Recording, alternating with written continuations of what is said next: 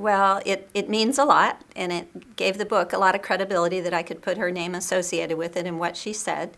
But it came about because I became active in different organizations as this book went along. Still am very active, and I've been working for now almost 10 years on all the books I'm writing. So there was an opportunity to be a sponsor of a resurrection of a statue of Woodrow Wilson, President Woodrow Wilson, in front of the Prague rail station. And that statue had come about when Czechoslovakia was formed. And they had honored him because he had helped in the development of their constitution.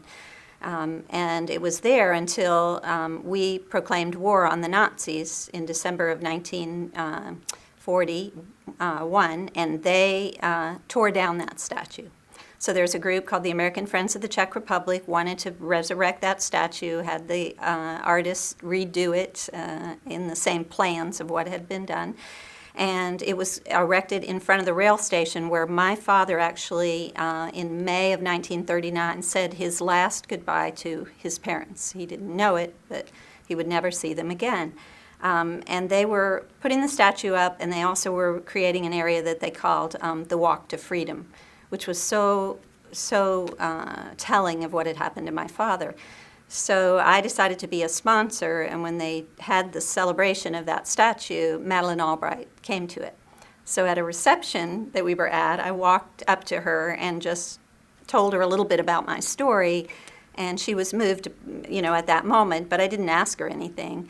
And when it got to the point at the in September of 2012, I sent her my draft manuscript and asked her if she would consider giving me a testimonial. And then I didn't hear back from her for a while. And the day after my birthday, I received a letter from her. And it was a wonderful, warm letter. And she had written, at that point, a book called Prague Spring, which was about her family leaving the Czech lands. And so she was very emotional at that time. And she wrote me and said the nicest thing, that she had read a lot of books about that period of time, but she had never read one by someone who had dug so deep into all of it. So it really made me feel wonderful. And then she gave me this wonderful quote that I could use on the cover. And so I think that was kind of a happenstance, meant to be, is how I felt about it. But I really always feel like you should reach out to anybody anywhere in the world that has an emotional response to your book and your story, and ask for it, because people do come and react. And I have many testimonial quotes from people that are other authors that write about different topics that are similar or have the same message, that have responded with very warm quotes for me, and they read just a few of the chapters. They don't have to read the whole book, but they get a sense of what the book's about, and they feel comfortable with it. So it's very important to do.